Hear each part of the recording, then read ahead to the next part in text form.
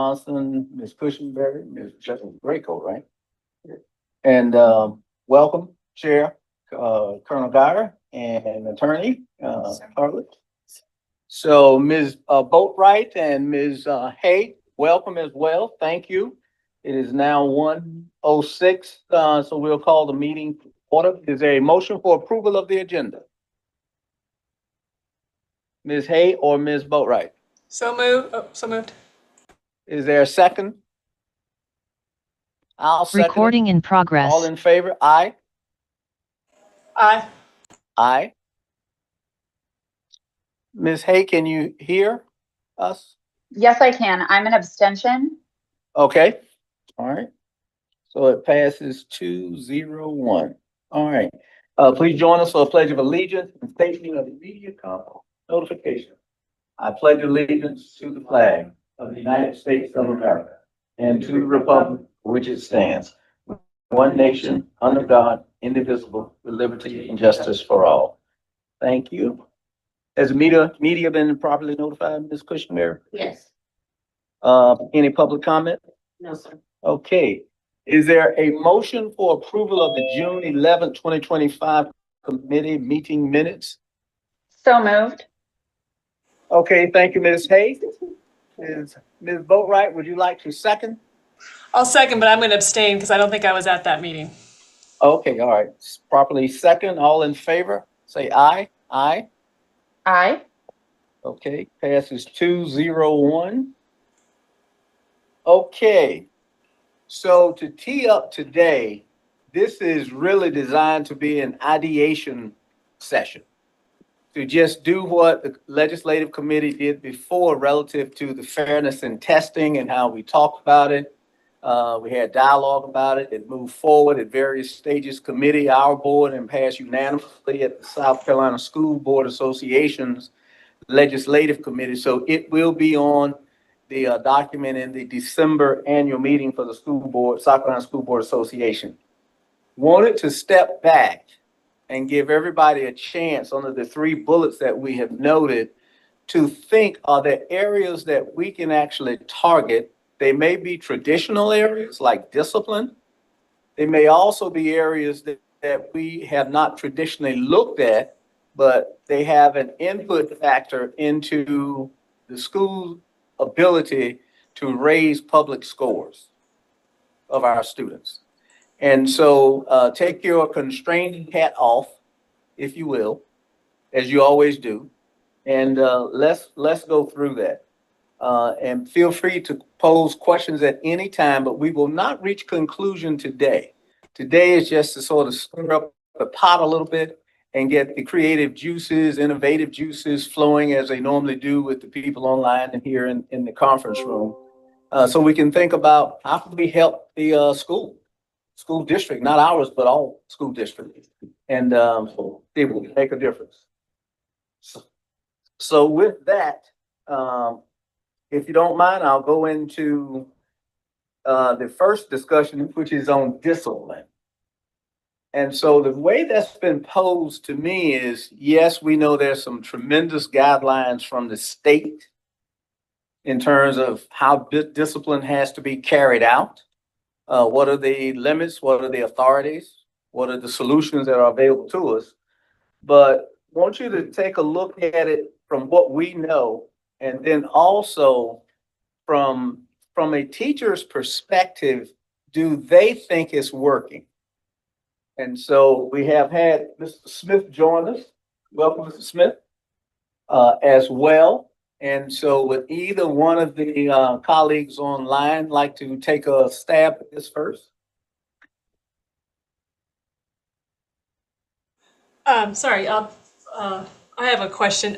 What legislation are we reviewing in regards to discipline? I know there's a few things in the pipeline that are coming out with discipline, although I don't think they've gotten a lot of attention. So as the legislative committee, what legislation are we trying to inform ourselves about or have input onto?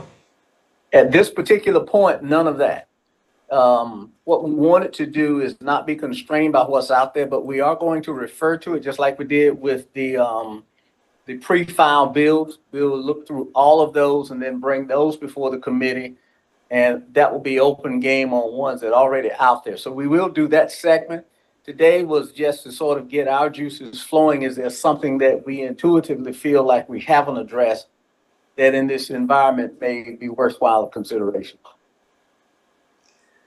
I guess my question would be, if it's not related to legislation, I'm happy to have a discussion about discipline, and I think that, it's clearly a top issue, but it's also under academics. So is this the appropriate place to have a juices flowing conversation on Can you all discipline? hear her, or did we just lose her? Huh?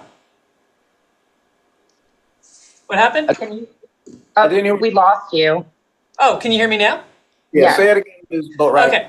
So I guess my question is if we're going to have sort of just sort of an open discussion on discipline, discipline falls under academic committee. So would they want us to look at, like, I'm trying to figure out the structure, because I understand that there is some a desire to have some discussions about things that may come up in a legislative session, or that we may be able to recruit the help of our local delegation in. But when I was, I know discipline, Robin, correct me if I'm wrong, it used to be under operations and it got moved to, because we have an OE for discipline that the academics committee oversees. Is that correct? Correct. So let me, go Yeah. ahead. Go ahead. Okay, so the intent is we're going to respect all protocols and requirements and regulations. We are not rule breakers. But at the same time, there was no real guidance legislatively on testing until we brought it forward. And so what we want to do is sort of replicate that, looking at where there may be a gap and say, is there some type of legislative solution that we could convene and move forward? Does not mean we're going forward without academics. We absolutely coordinate and calibrate with them. But again, ideation starts with there are no barriers and where can we help, and then seek the allies that can partner with us. So very much respectful of the point you're raising, Ms. Boatright. But if it's okay, we'll proceed and then we'll make sure, based on your comments, to make sure that we comply and interact with all appropriate parties. It's fine with me to have the discussion, and it's an open session, and it's properly notified, and the board's here. So I don't have a problem with having a discussion. Okay. I do feel like we are getting away from the coherent governance policy manual. And so the question is, how far away from the structure of coherence governance? Because while I think that having this discussion, and I'm anxious to hear some of your thoughts and some of your leadership on issues of discipline, and I know you've done a lot of work and you've been out in the community, so I don't want to discount that. And so I'm just going to flag this concern going forward, is how far away do we get from our policy-based model? Because legislative committee has a specific purpose, and we have OEs that are overseen and reported to specific committees where we would discuss, the board would say, hey, we want to have a discussion on discipline. It would be referred to academics. So I just want to kind of think through, maybe we can even put this on, for our part of our free range discussion. How does legislative committee work within this framework of coherence governance? Because that framework is important. Yeah, so we, again, let me reiterate, we're going to be in compliance with all requirements. Ideation is free will. So hopefully we can discover some things that we can take forward to have value to the academic committee. So we're going to flag what you said, but we're moving forward if that's okay. With your comments duly noted. Is that good? Sure. Okay. All right, Ms. Hay, your comments, input, and then we got to get to, let me get the committee. Yes, sir. I had actually similar concerns to Mrs. Boatright, but not just for this item, which is why I abstained from the vote to approve the agenda, because each of the three items on today's agenda seem to fall under academics, communication, or operations. However, that being said, I am in agreement that all three of the topics are important, and discipline, as we've discussed on many occasions in the past, is something parents are concerned about. Teachers don't feel in control of their classrooms necessarily. In some instances, they feel, I don't know how to say it properly, but essentially ruled by the children due to behaviors that are happening in the classroom. And what I hear a lot of is just a general lack of respect for educators. But again, I'm just not sure where we move with that in terms of legislation. And that's really just what my concerns were, or thoughts on it, was just, where are we headed with this? Are we trying to back a current bill? Does the academic committee, because they didn't send forward anything to us to ask us to look into legislation, I'm curious if they have directives that perhaps they could send our way for us to be more supported in moving forward with this. So those are just my thoughts on this topic. Thank you. And those are absolutely appropriate thoughts, and thank you and Ms. Boatwright for raising those. The intent is to us to be, basically have some ideas, such as just based on feedback that you've just given. When we interact with teachers, we do hear that there's frustration. But we, as a legislative committee, we need to have an understanding of that and then calibrate with the other committees who have some type of jurisdiction over this. So we're not being renegade here. We actually are trying to just get started on having those types of conversations. So your point is also duly noted. So thank you for that as well. And I appreciate you explaining your abstention. Can I add one more thing, Absolutely. Mr. Chair? Yes, ma'am. As we move forward in the disciplinary piece, I know many of us have read about issues that are currently plaguing the current generation. And one Yes. of the things, it's probably a hill I'm going to die on as a mom, is I do believe with like 110% of my being that much of the disciplinary issues we're seeing in classrooms are due to the amount of screen time and technology being used. And I've raised this in the past. However, I'm going to keep saying it because I believe it so strongly. You know, a lot of these children are sitting at home watching TV, eating a bowl of cereal, or looking at phones before they get to school. And then if we're placing them, I'm grateful now that cell phones aren't being allowed to be used in class, which is great on so many levels. However, if we're sitting kids in front of screens, whether that's a laptop or a screen within the classroom, and that's on the majority of the day, and then the kids are either getting on buses, sitting staring at their phones, or they're going home. I would like us to see the kids' day through a more holistic approach versus just what we're doing with the hours we have them in school buildings, because we need to understand completely that these kids are being in front of screens for the totality of their day. Many of them go home and the screens, whether it's a video game, a television, a cell phone, those are the babysitters being used by families so that the families can work.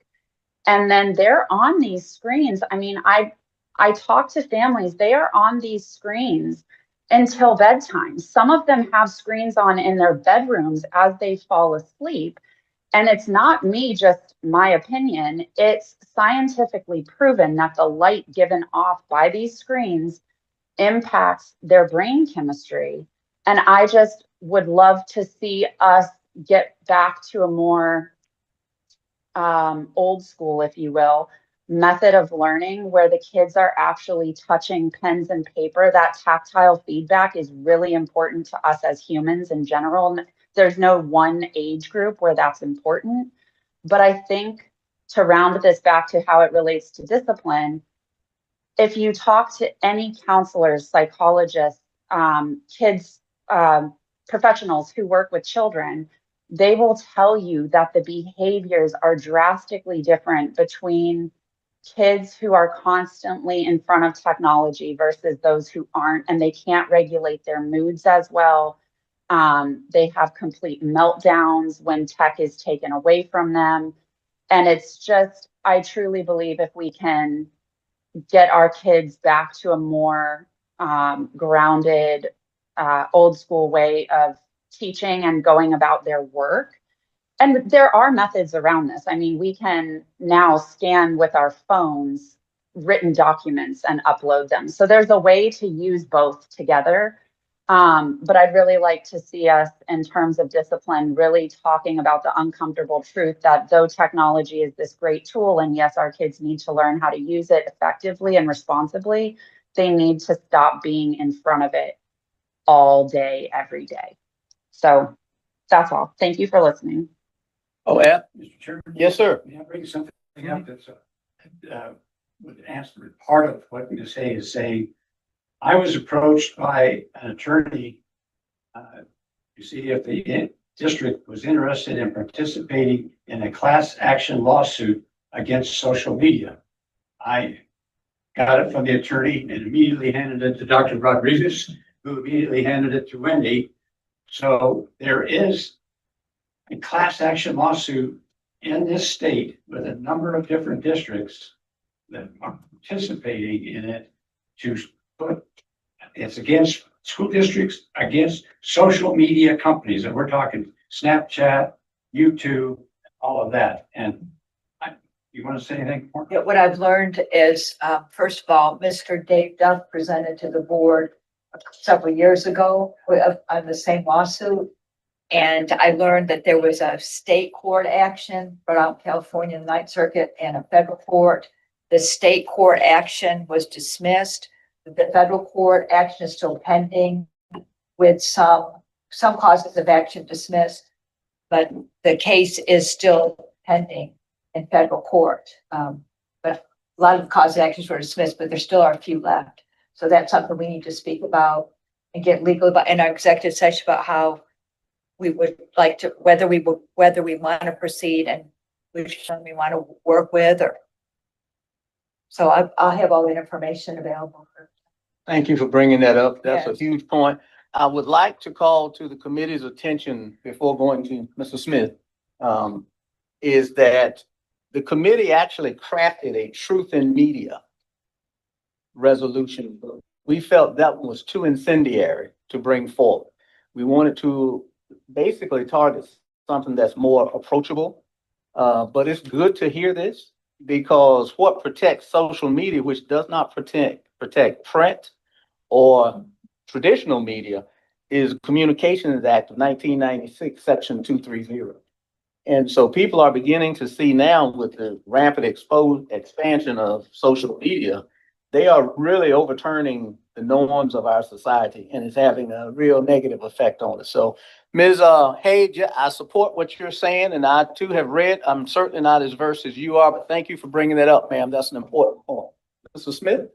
Actually, I wanted to go back to the initial conversation in terms of discipline and why this, the basis of why this is relevant to this committee is because I'll bring your attention back to a couple years ago when we were talking about discipline, and the state came down and said, told us our discipline, we had to change our discipline matrix because they said that we were too heavy-handed in terms of discipline.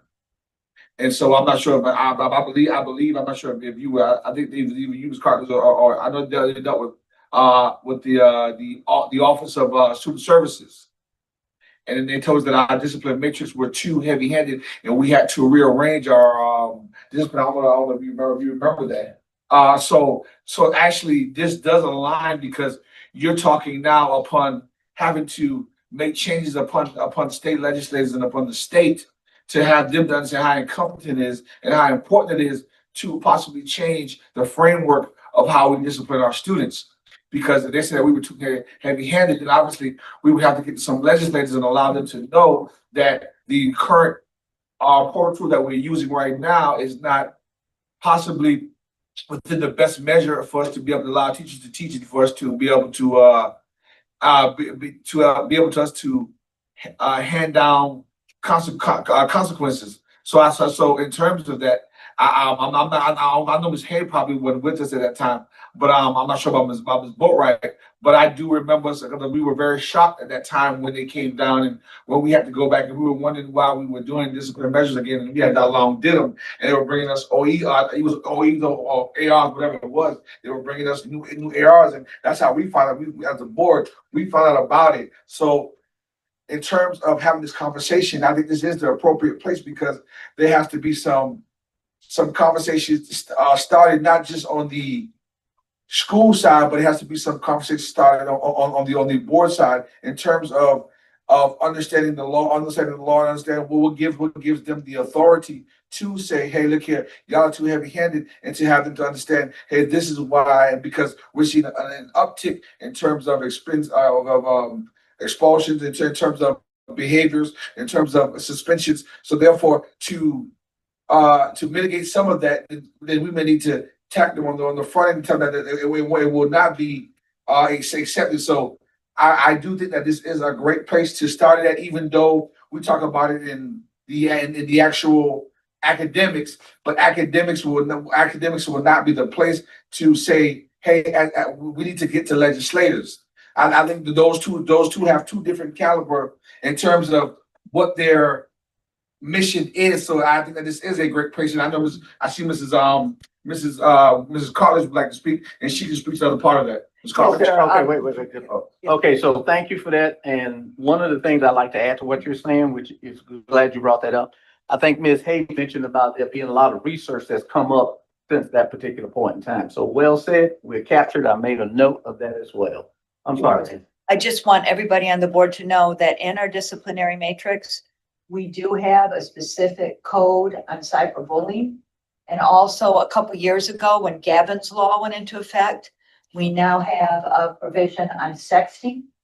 And we're also teaching in our health education, we are teaching now about Gavin's law. Gavin's law was the law that was passed after the legislator's son, and he had sent pictures to somebody that he thought was a girl, and they were, inappropriate pictures, but in any event, they were extorting money out of him, and he ended up committing suicide. So it is very cyberbullying, and sexting is terrible. Also trafficking. Okay, thank you. Yes, sir. Can I add to that? Who? This came from Okay. OCR, Office of Okay, thank you. Racial Relations.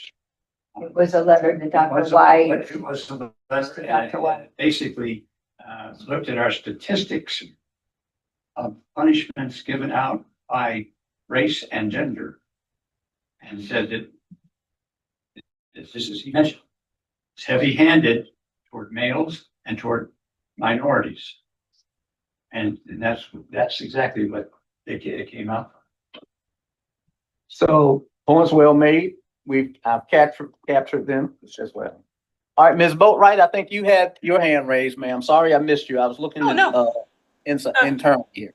I'm enjoying the discussion and I'm happy to wait my turn, but I will say 2 points. One is, to Mr. Smith's point, I think that is really useful if we are going to talk about having input into what the legislature is doing because there is some other stuff they're talking about. Some people are trying to make us crack down more. Some people want, less. I mean, all that kind of stuff. So that does give us structure, and I think that would be useful to know. And that's why I started off my comments with, are we referencing specific legislative,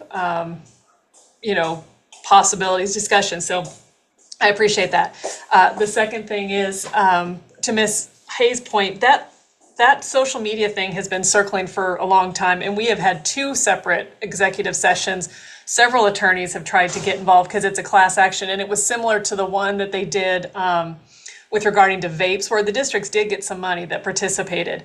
And I just would say it's not a screen time issue, it's a free speech issue, it's a censorship issue, which is why I think it's going to struggle in the courts like we're talking about, but also why there was, excuse me, the current board at that time, both times declined to get involved in the class action because they felt it was going into more of a free speech category rather than Ms. Hayes' point of talking about like screen time and using technology as a babysitter. Okay, thank you for that, Ms. Boatright. Ms. Gordon? Sorry, as a former, assistant principal and listening to and agreeing with what Mr. Smith has said, when we look at the matrix for disciplining children, a lot of them were minority kids and or the same kids. So you could have 200 discipline issues, and they're the same 10 kids every year.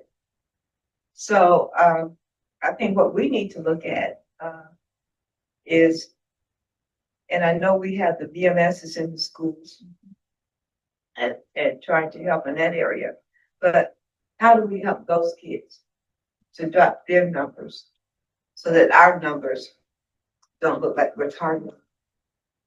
Because I can tell you, if an issue happened at the school, I can go to the same family. And one or three of them were involved in it the same time. And after a while, your matrix only gives you so much discipline that you can do. So much talking, so much counseling and all those things where you have to suspend or take to. And our forefront is to have the kids in school. It really is. But after they reach a certain number, the discipline matrix requires that we do certain things. So I don't think that we were being heavy-handed. We were just doing what the matrix called for and what we were given at that time in order to work with the system. But I do think that we need to have a conversation with these kids, so come up with something. Because when you look at it, you go back and look, it's the same 20 kids all the time.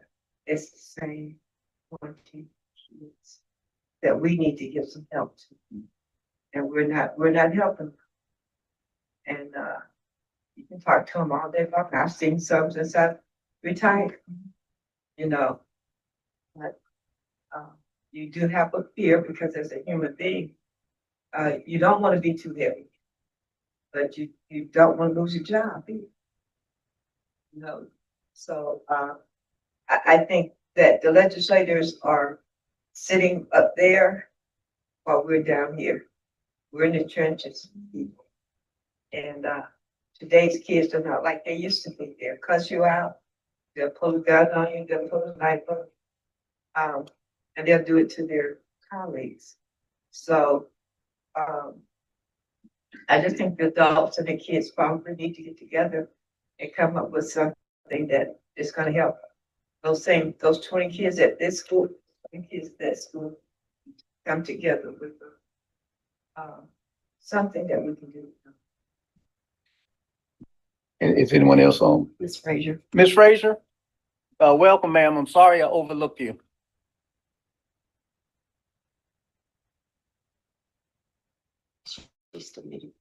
She's still what? Muted. Okay.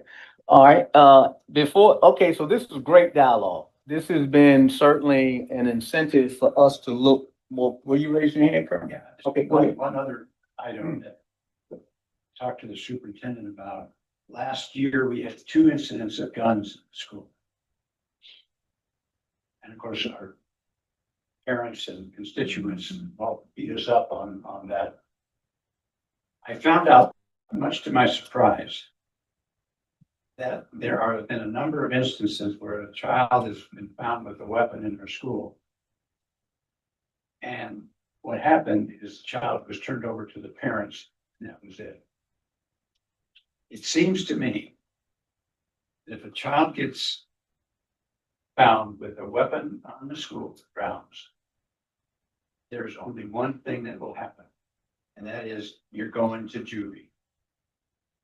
You're going to juvie. And that's said at the very first day of school.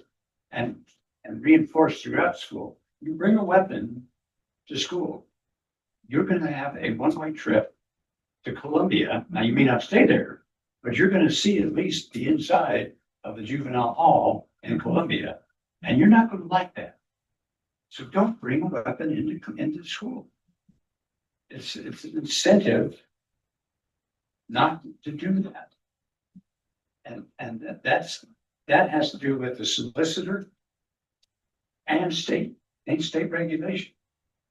So it could be legislation that would mandate that kind of thing. But we have to have a zero tolerance policy and appropriate consequences for somebody that brings a weapon into our school. Noted. Yes. I hear him and understand where he's coming from. But taking that trip to, the courthouse, when we take kids before the judges and solicitors, or whatever the case may be, fighting, weapons, children still have rights. And there are a litany of things that has to be done, they have to do before they go to jury. We can threaten you, but then you gotta do the process. And you gotta go to court. Parents gotta get an attorney. They just don't go to jury. And that's why I'm saying we need to, jury can be in there, but some of them don't care about going to jury. It's better than being at home, because they don't have a home. I've had kids who are sleeping on the front porch because they don't have no bed at home. You guys don't understand what our children go through. So when they come to school, inside of a building, they got food and water and whatever. They don't have that at home. They don't have that at home. Even some of the kids with that will bring a weapon to school. So sending them to juvie is not going to deter them from bringing them to school. We have to have some good conversations about what we're going to do when those kids come back to school on the first day of school and throughout the year. Have our people doing what we said they would. I've had kids who bring weapons to school. It is a frightening situation to be in. Because we don't have guns. We don't have any shields. I've been in that situation. And I just prayed to God that I would make it here in Beaufort County. So you're talking about a kid. Be it what they did or not, they're still a kid. But when they come back from juvie, that is not going to deter you. It's just going to take them out of the equation for a little bit. And when they come back, you got to come back to school. For right choices. But they're coming back. And are we ready to re-enter them into this system? That's what we're looking at. We're not just looking at you just send them to juvie. Juvie don't work like that. I've had kids that came back from juvie and then they were killed here on the streets at the basketball court. They went to juvie 2-3 years. So this is the type of conversation we wanted to hear. Now, you've heard perspectives all across the spectrum with different experiences, different pain points, emotional pain points. This is what we wanted. We wanted to have these open, candid conversations among ourselves so that we could go back and research and understand what are the guidelines and constraints of a kid going to juvenile, right? Because I don't know that, right? And others may not either. But it's that type of conversation I feel like we have to have because that can result in legislation. When you look at, it used to be private schools could not get public money. Now we've had multiple years where legislation has passed that they have changed that. My contact with elected officials is they're open for new ideas. and they understand it has been an intractable challenge and it continues. And so that's one of the things I'd like to see us come back to them and say that there are other solutions. One that I've come up with as an uninformed person is that you're right. These kids come back into the schools and they can be extremely disruptive, and maybe an interim stay in juvie doesn't solve the problem. But the county has social services. Does that need to be beefed up? Foster service, does that need to be beefed up? So just thinking, if we were writing a blank canvas and we were painting it, how would we paint that canvas now as opposed to how it's already been? So they are constrained. So I'm agreeing with all the comments that have been said here. This is what we wanted to have. Discipline was the first one. So we'll put together some work items and see if we can't come back with some research. And Ms. Boatwright, Ms. Hay, everybody who is here, if you got research, please share it with Ms. Cushingberry so we can amalgamate it and make sure everyone has the latest or the most innovative research that's out there, and see if we can't continue this conversation. So with that, if you're okay, can we move to the second bullet? Everybody okay? Ms. Boatwright, Ms. Hay, you okay moving forward? And Ms. Frazier? Yes, sir. Yep. Okay. All right, so the next one are, again, research, leverage academic performance. And so one of the things I've been reading is, and it is shocking to me, having come from the business where by the time we get people, normally they are informed, they're educated, I mean, they're hungry, they're willing to run through walls. Not everybody has that. Not everyone has that. So I'm beginning to see a lot of information. You want to share that with you guys want to share that? Okay, okay.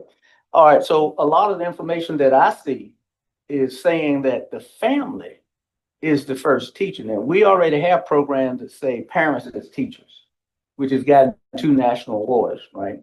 So are there things that we could propose legislatively that would help the family have a better chance at their kids being successful? That's ultimately what it's all about. And let me tell you that there is a legislative proposal before the General Assembly now, and has been for years, which has never gotten any energy. I'm not proposing this is a solution, but I am sharing that one of the key leaders of that assembly is the one, if I recall correctly, I'm getting old, so I may not get the name right, so I won't even mention the name. But this gentleman leads one of the key committees. He has proposed that the default custody position is both biological parents get custody, equal custody, which means the fathers would have to necessarily be involved. So they can't disappear, those types of things. So that is radical. It's never gotten any energy, but I think it does show that one of the key leaders of the General Assembly has been thinking about this. I'm not proposing that. Let me say it again. I'm not proposing that. I'm just saying those types of thoughts are beginning to percolate. So with that in mind, are there things that we can do? And one that comes to mind is a concentric circle of extended learning centers like the district has already done. So kids and families that don't have that support can have an institution that's provided by the school district comprehensively to go ahead and help take the burden off the single parent homes. So let me stop. Ms. Hay and Ms. Boatwright, hopefully you heard that. Yes, I did. Ms. Boatwright, would you like to go first, since we can just go in alphabetical order? Maybe she stepped away. Ingrid, are you there? All right. Well, since she's not there, or isn't yet, I will I will talk about that.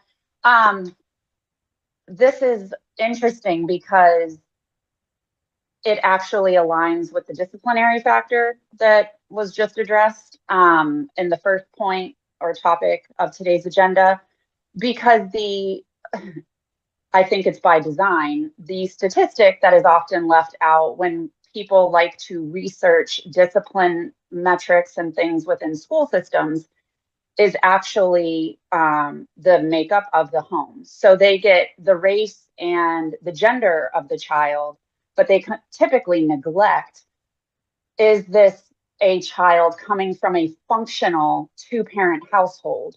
Or is this a child coming from a singular mom, a singular dad household?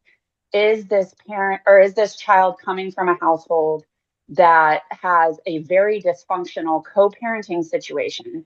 Many co-parenting situations do not work out very well. There is typically someone who does what's called counter parenting, which messes up the child, for lack of a better term, over the long haul.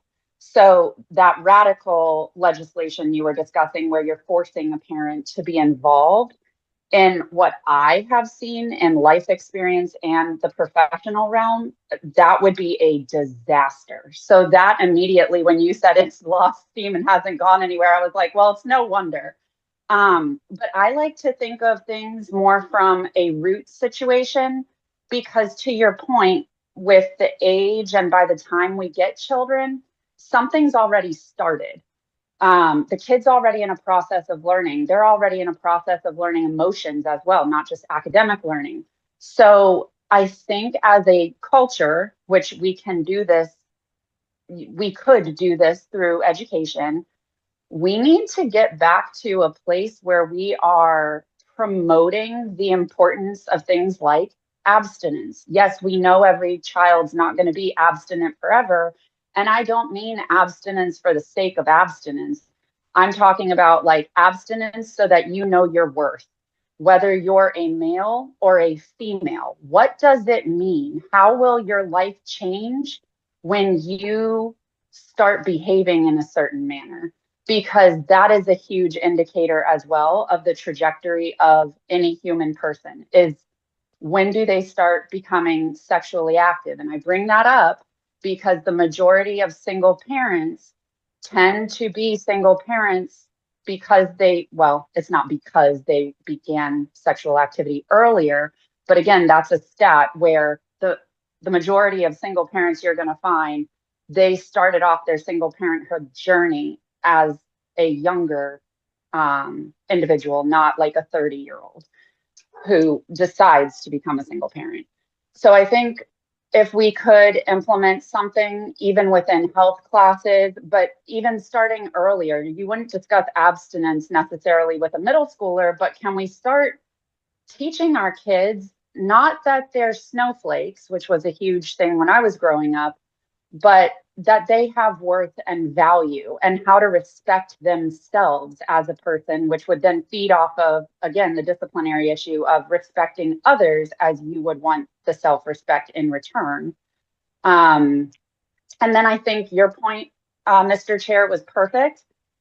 I really think if we could expand programs like the Boys and Girls Club, or perhaps have a state funded program like that, because again, that plays into the disciplinary factor where statistically the kids who are more physically active or playing a sport, they're not going to have as many disciplinary issues, especially for males, because they're able to get their physical aggressions out through sport. But then you're also building camaraderie and community. Something else I've brought up in other meetings is the importance of having our older school kids do things like reading to the younger school kids. So like a fifth grader reading to second graders, a third grader reading to first graders, especially if it is a child who's struggling to read or with reading concepts, that role for them as a leader, because they will naturally feel like these kids look up to me, but I'm also getting to leave my classroom and do something special. I'm getting to walk out of the classroom and go read to this other class. That builds a sense of community within a school.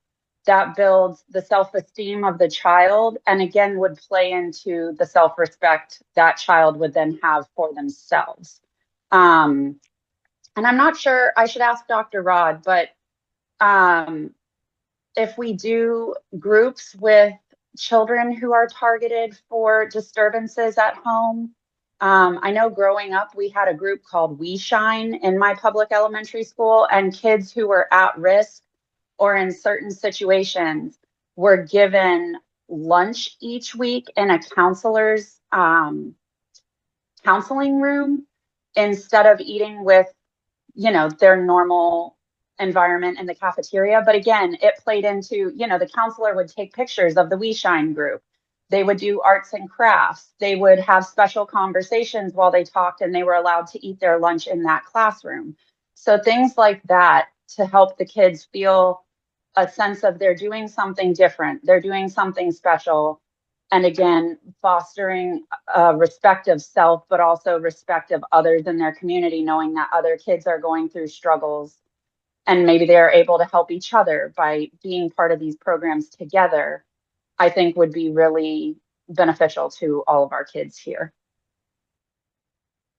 Extremely well said. And Ms. Hay, you have a tremendous amount of access to research, and we'd like to basically call on you to help us assemble some of that research that could be shared with the committee. So if you have different things, and the Colonel has the class action, Mr. Hay, not Mr. Hay, Mr. Smith, Ms. Gordon, everyone, please forward your ideas and what you believe would be pertinent for the next round. So thank you very much. And what you just said, as was mentioned earlier, about extending the ELCs, that can be crafted into legislation. So it's a good migration from ideation to a possible legislative outcome.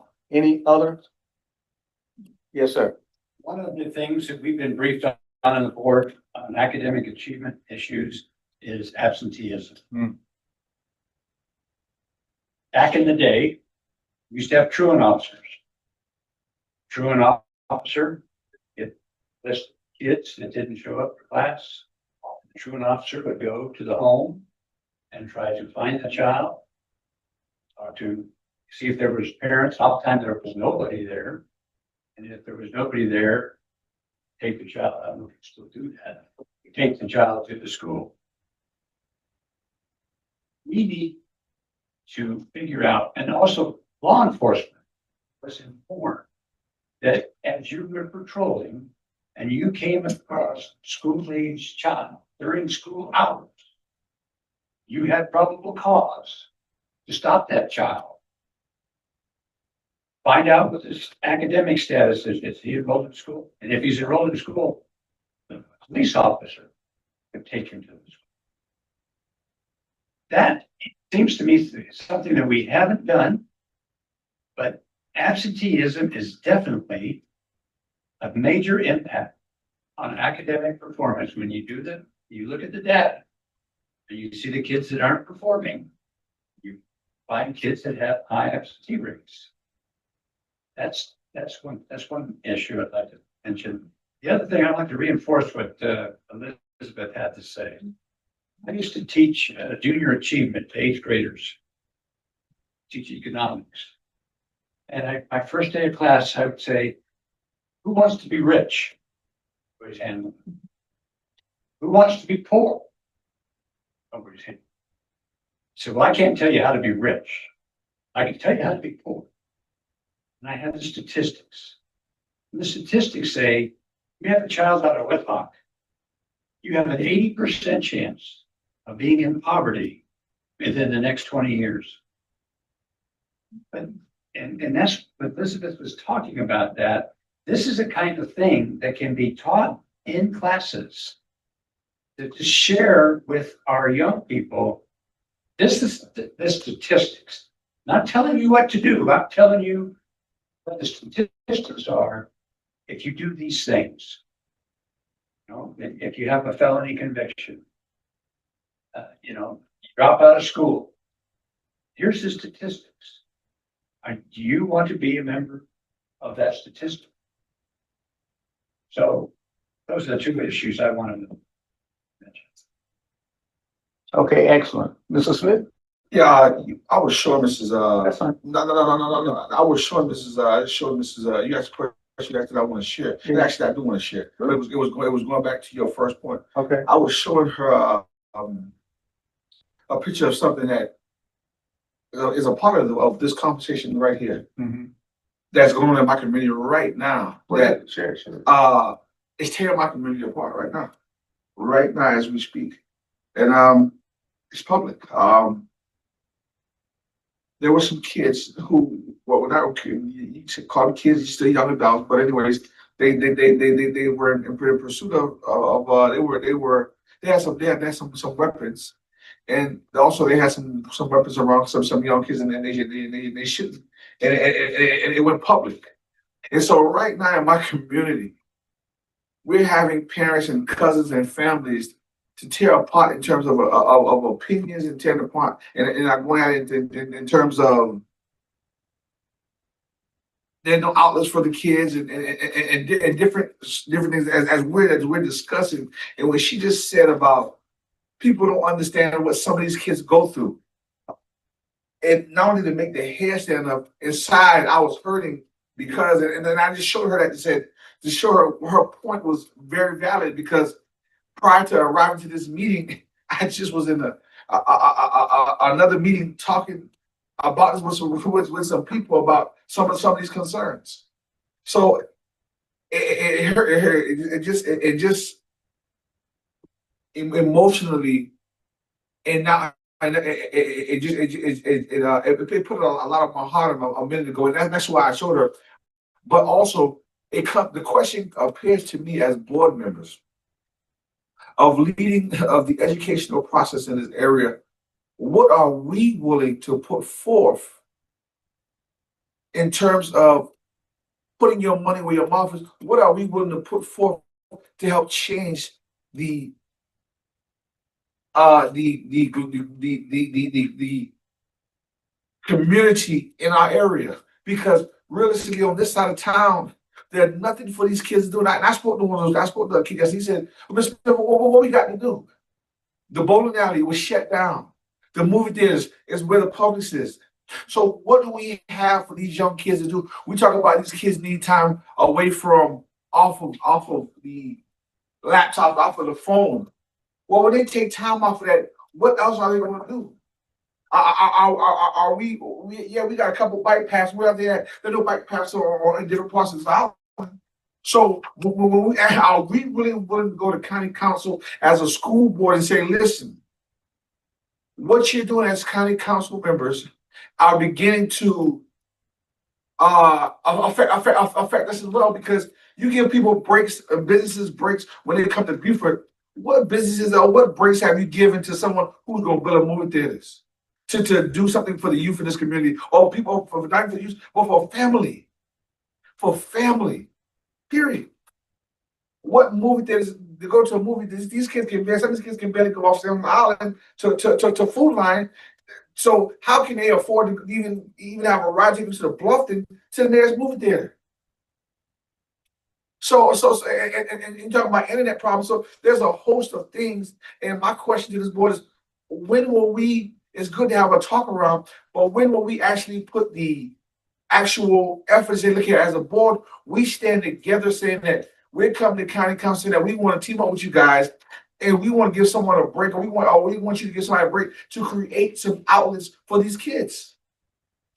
Because it's easy to talk around it, but when are we actually going to put the boots on the ground and actually do this stuff? Because some of this stuff will change how these kids perform in school. If you expose them, then they will appreciate, then they will change it. When I have something to work towards, then I'm going to look at you differently. I'm going to treat you differently, because you've given me a vision to see. If I can't touch it or see it, I can't fathom it. So what are we giving these kids to be able to fathom, or what experiences are we giving them? If we ain't giving them nothing, then, like she said, going to DJJ, it ain't nothing to them, because they have nothing to live for. So my question to my colleagues is, what are we willing to say? Hey, we had enough of it. We want our community to be able to serve the people in our community and be able to have some outlets to where kids can have something to work towards. As a kid, I had things to work towards. My principal took us to the skate ring. She took us to go to garage, eat as kids. My principal took us to Disney. My principal took us to different places. So therefore, those things were tangible, because we knew if we behaved, then we were incentivized to go to those things.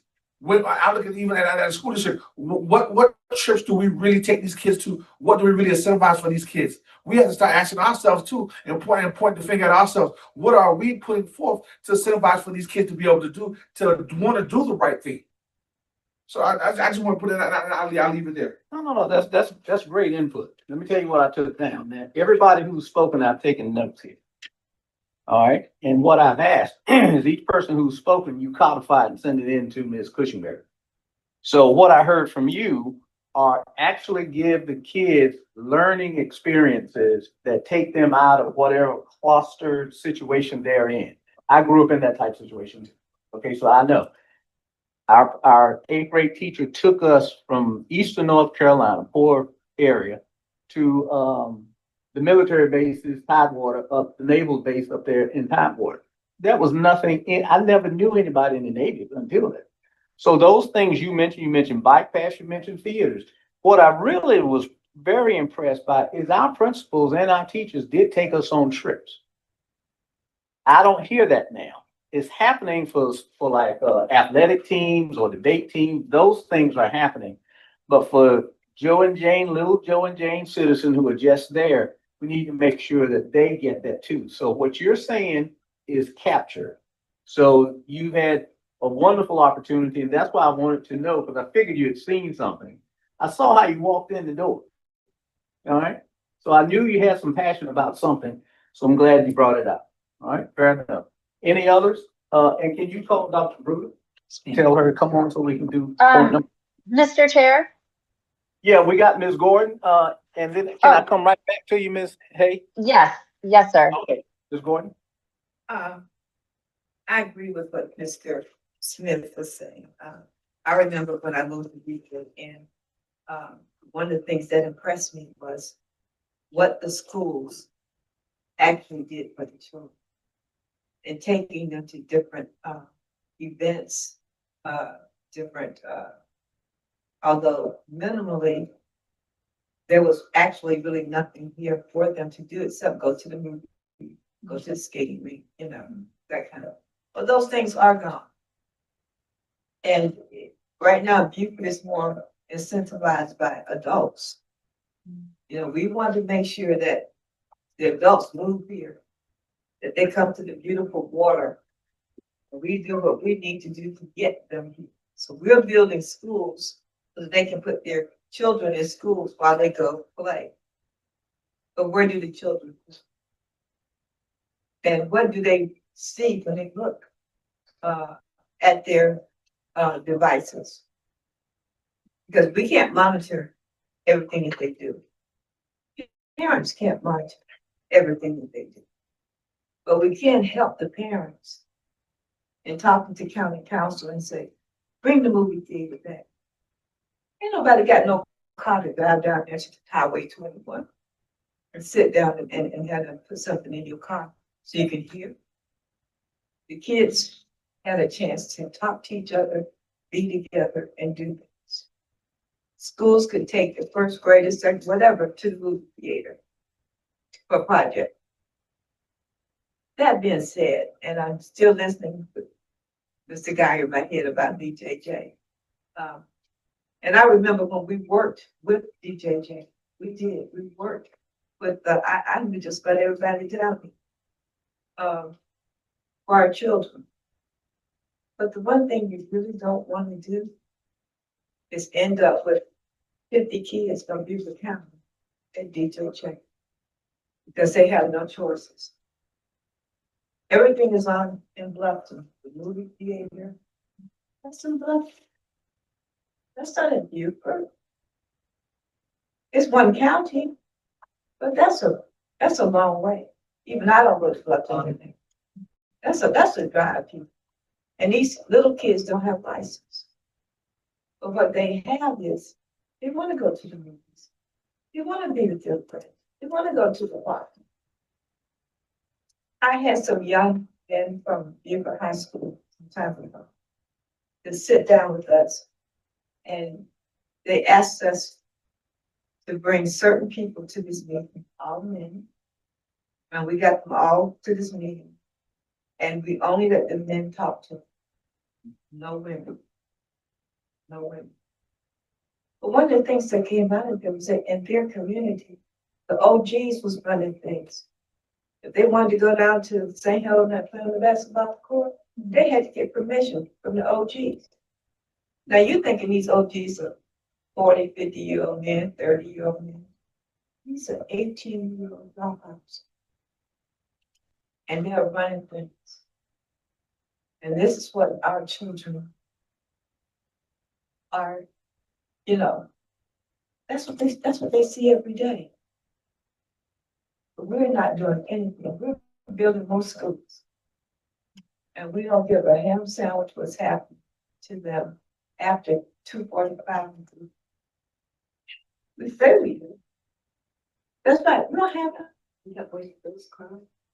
I mean, really, what's that? What is Boys and Girls Club? Let's just be real. If you don't go there, what does it do for you? Really, what does it do for you? And we close our gates. Schools are locked. And the kids can't go play on basketball. They can't go play on the baseball fields that their parents' tax money is paid. The baseball teams can play them. Football teams can play on football field. But the average kid can't go out there and football. We've got to change the way we do business with our children. You know, with our children, there's so many schools are involved with this. They are within walking distance. Will they tear it up? Sure they will. They're kids. But will they enjoy it? I think so. And those same kids, those same 20 kids in each school that's tearing up the school, have siblings that they will take to those parks. We have got to start reaching out to the children, raising them up, and helping these young parents who have young babies, give them an outlet, give them a choice as to what they can do with their children today. I don't have any children anymore. I don't even have grandchildren. You know, but I drive by 6, 7 schools every day. Yes, please. Excellent, excellent. So I would like to just reiterate, no one's suggestion or comment has been rebutted or rejected. So everything that you said is here. Now, Ms. Gordon, just to confirm, I extrapolated what you were saying, and I said, what can schools do for children? Who can help the kids gain new experience? So now, I put down, just going a little bit step further, churches, Boys and Girls Club, because the church used to be a vital component of the experiences that little Carlton got that my parents could not get for me. So maybe it's a real concise effort to develop a message that goes out to the churches and say, we have to help enrich the students when they're not in school, and then let some of the other groups weigh in. So I just want to make sure that I also got to bring Boys and Girls Clubs to the community, those types of things. So I just want everybody to know that we're capturing what you're saying. So if it's okay, we'll move to bullet number 3, since we have Dr. Bruder. Molly. All right, and so we turn it over to our legal eagles and our organizational guru. Yeah, so I wanted Molly to come too, because just to tell you all, Molly's doing such a great job. Like, she's been awesome. And a lot of the stuff that we're developing, Brittany Uppett directly involved with. And so we're very, very excited to have her on board. It was my understanding that you were wanting to know different ways to get the community report card out Yes. there. Yes. So we did do, I think, as part of your request, we looked into how much it would cost to send it all over the county via mail, and it was very, very expensive. What's very expensive? It was like, I think it was close to $100,000. That's cheap. We got a $377 million budget. I mean, We don't, why don't we have, that we can explain why this is important? oh, yes. Because we're losing, that we can explain why this is important, Oh, yes. because we're losing students. No, it's very important to keep the word out. Right, I mean, it's okay. very important to, like, I think it's so helpful that Colonel Guyer is wearing that shirt right now. Mhm. Like, those are very important things. And I think, especially now that we have this really good branding, it's, extra important to do so. And, a true business would do that. But I do think we have optics that we need to be mindful of as well on that front. I do think there's ways though, if we're not mailing it, we can do other things. Like, we can take these and we can like drop them off in waiting rooms, like at the hospital and things like that. Places where we know there's certain people, if you're wanting to give word out to people that are older and retired, things like that, we can do that. Yeah, Make a digital yes. version of it and disseminate it that way. Yes, exactly. And we are, it is in our, on our plan for this year to have an event with realtors and to give them all these things. I think that's a key one. We can drop them off at libraries and government buildings, that kind of thing. Just going through some of these. I think we can also give them out at board meetings to people that come to the board meetings. I mean, I think that's, low hanging fruit. And those people are already engaged, obviously, because they're showing up to a board meeting. And churches, things like that. I did want to share one thing too that I'm excited about is that Kelsey Pennington, I'm not sure if you guys remember her, but she was our internal communications person. She has moved back to Greenville, where her family is from. And we have hired a new person who's starting at the end of the month. I think maybe you might know her. They help with them TCL, and she's wonderful. She's been their marketing person for 19 years. So she's excellent on branding. She's done a lot of stuff with World Design Marketing, and that's a company that we have been working with on public. So she's going to be a really big asset.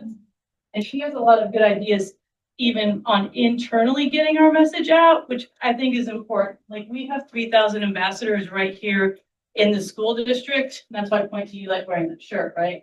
So if you're a teacher in the district, you should know what's going on. So I talked to Mark Johan a little bit. One of the ideas that we have, that they do have at TCL, like when you log into your computer every day, it has the news of the day for TCL on there. Like, we can do something like that, so our teachers are informed as well, and then they can share information. So there's going to be some new things coming on that front. And I think an ambassadorial type of program within our current system is one of the first steps we need to take also. The other thing, Mr. Dallas, Molly can talk to you a little bit about this, but she put these together. We're getting them printed, and board members will be able to take some for when you go out somewhere. These were the volunteer cards, I believe, that you had requested. Yes. So we do have some information on here, like why volunteer. Don't blame everything on me. Great idea. So, volunteer opportunities, what they include, it also includes how they can directly get to the application. So you get to look at those, and there's different covers just to show Oh, wow. the different people. Everyone's invited to come and volunteer. And we do have we're putting an RFP out for our volunteer management system. That volunteer management system, it aligns, we have to have it aligned with our background check system and for people that enter the school. So it's a little more complicated than it would seem on the out front. But what we have in the RFP, it's for what you all had wanted, where people can go in and see the different volunteer opportunities at each school. So that is coming. It's just taking a little bit longer because we had to wait till the contract was up with the other background check system that we have. But I think that's going to be key on the volunteer front. Also, we have materials developed for business partners. And so we're going to be starting to roll that out as well, and happy to report on that. I think that's an exciting thing too. So these are all areas that are going to touch a lot of different people. I think, oh yeah, I just want to remind you guys also, we're still doing these on the Bluffton Sun and in the Island News. So we're getting the word out that way. I think in terms of your direct question with this though, if you want hard copies in people's hands, I think it's doing what you're doing because you've been really good about taking them out. And I know Mr. Geyer has, I think you might have taken some too. That's key to do that. I think it means more from people to get this when they get it from somebody that they know. And then they ask you questions, things like that. But I do think we can go around all over the county and like we can drop them off. And this is a good piece to do that with because this piece will last a year, you know? So I think that's important. The other thing is Molly has been working with schools on, I'm gonna show them the Doing individual rack cards for each school that has information about their school.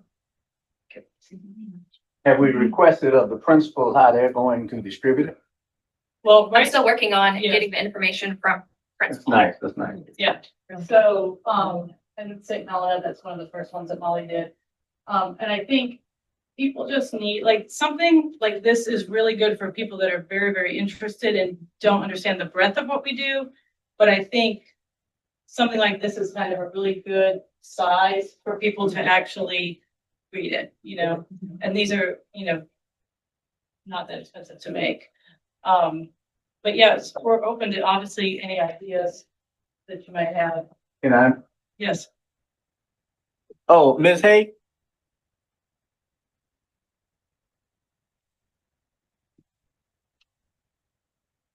Ms. Hay? She put her hand up? Okay, all right, so monthly I tape a I'm TV. sorry. Can Yes, you hear ma'am, go me? ahead. Yes, ma'am. So sorry, technical difficulties over here. I didn't do it, I know. No. I was just gonna piggyback off of many of Candace's points and say like she's on the right track. Unfortunately, when the campaign went out for going public, I brought it up to people just in interactions like, oh, hey, did you get the mailer? You know, once I got the mailer, I knew other people were getting the mailer in the mail. And people looked at me like I had 10 heads or just said, oh, we throw those types of things away. Like automatically, we just stand in our garage and chuck all of that before we walk in. We just pull out the bills. So I would hate to see us.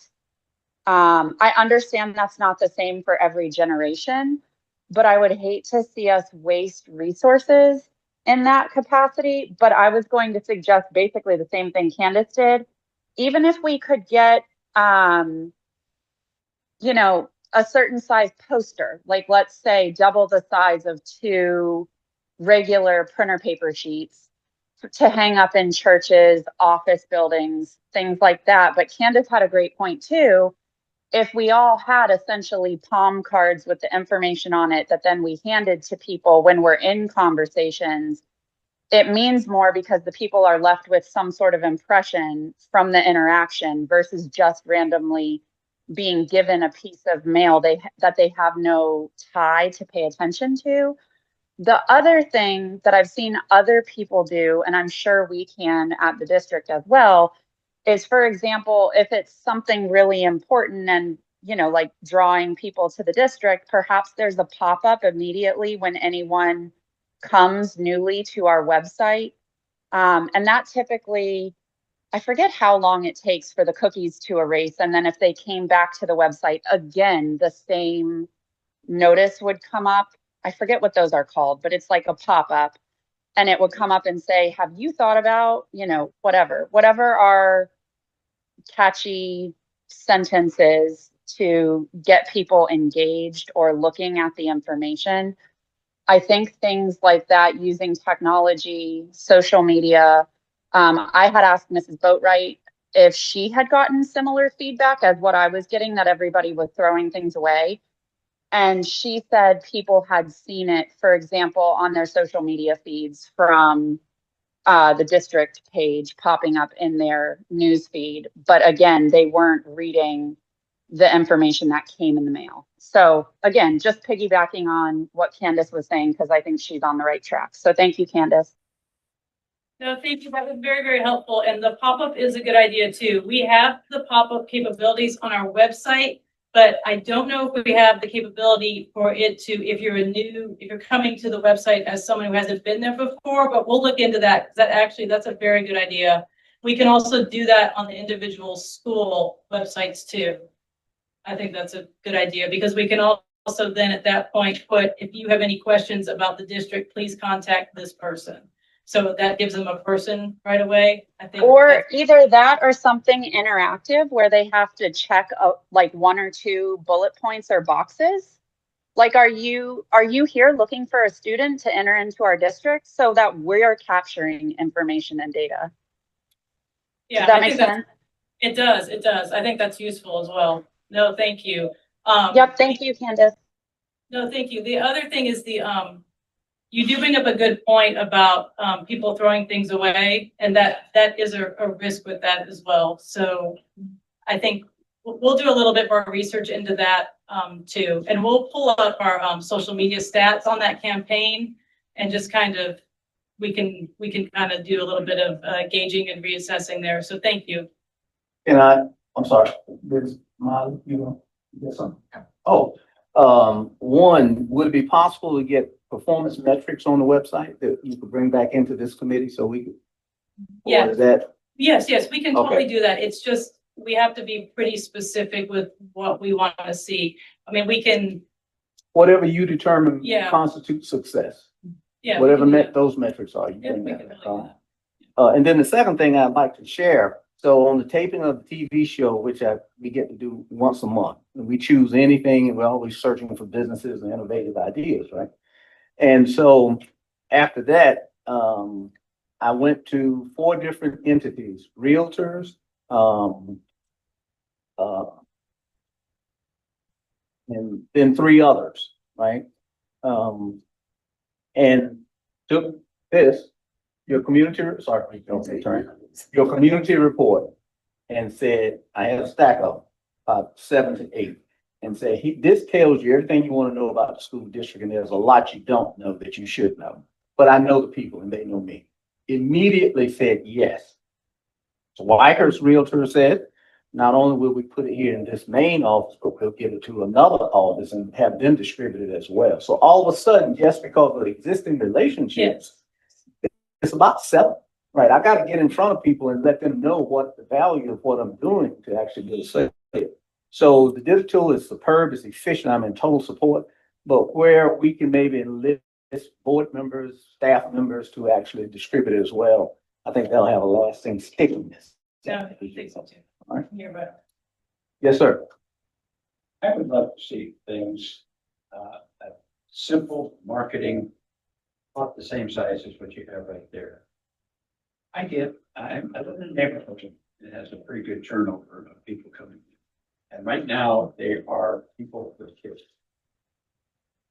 And the neighborhood knows that on the board, so they'll say, go down and see Tyler down there. He'll tell you what's good about the schools. And that's the question, is why, where should I go to school? And I said, well, what are you looking for? And they ask all kinds of different questions, but mostly they're looking for end state. And they'll say, do you have an idea that your child is a D1 or D2 level school athlete? You should go. Beaufort County's got Yeah. people getting that. Here's the list. Well, my family has had people in Ivy League schools and elite schools. We can do that too. But that's most people say, I just want my child to have a good living. We have programs. We have welders starting at 60,000 a year right out of high school. We have programs, dual enrollment programs, so you can get 2 years free college education. It's right here. Those kinds of things that I could give somebody to say, why choose Beaufort County schools? We can do that, and we can have like infographics on it, just, it would be a shorter version. And we just had those, and I carry those around with me whenever I go out. Yeah. And I just hand them out. They say, there it is. It's all in that It is, book. it is. You gotta go through the book I agree. to read it. Yeah. One, Yeah, we can do that. both sides. Be powerful. Okay, No, thank you. anything else, Dr. Bruder?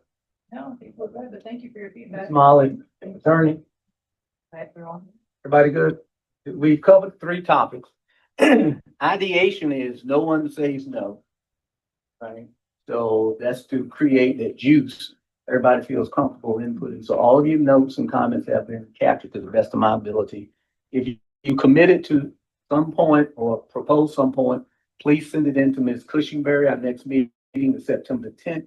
We'd like to have those in 2 weeks before the September 10th meeting. That's so you can get it in. Ms. Cushingberry can assemble it, and you got 2 weeks to distribute and mull it over and come up with suggestions, okay? So what now? Basically next week. Okay, next week, Friday next. Yes, sir, Mr. Smith. And also, also, something not maybe different a little bit. I think what's most, I hear her saying that you have to give information in these pamphlets. But you know, in life also we have to admit that in everything that we have, I think we talked about it yesterday. I know I told Mrs. Major, I told her how I appreciated the information that she shared with us on yesterday. It all wasn't, and to her, some of it wasn't all great moving information, but it was facts. It was truth. You want the truth? This is where we're at. So when you give people a picture and everything is so good, the question becomes, well, hell, what's the real truth? In life, you have the good, the bad, and the ugly. I think that we have to tell people some of the good things. We got to tell people, in this area, we want to be, but we're working. So in these pamphlets, I don't think that, the same way how we show us and some, we can show some festivals of good things. We have to be real. And so, hey, we may not be performing, or hey, some schools, all schools ain't there. But we do have something, therefore, we have some type of direction in this district that we know where we're going at. Everyone may not be at the finish line, but come hell or high water, we're going to get them there. So in these pamphlets, I hate to say it, I'm just not looking for just all good information. Yeah, it is. Yeah, we have things that we celebrate, the excitement of it, but also the truth. The truth. What's the word? The word is transparency. I'm just looking for that these pamphlets are transparent and not good, not bad, not ugly, to be realistic. Because I saw it, and I meant to grab it. I saw a pamphlet the other day from one of the charter schools, and they had it, and I was shocked because most times say that they don't do that one day. So I'll leave with that. That's it. Thank you. Okay, everybody good? Well, thank you. 90 minutes for the meeting, which is what we wanted to hold it to. So we're trying to free up your time and get in anything that you recommended to Ms. Cushingberry. Ms. Cushingberry, I got to go to Bluffton, but I will send you what I wrote. And thanks, everybody. And next time, come in and there are no no's, okay? It's just you share what you believe will make a difference in the outcomes for our students. That's what I go with. Thank you and drive care, everyone. No, we've got.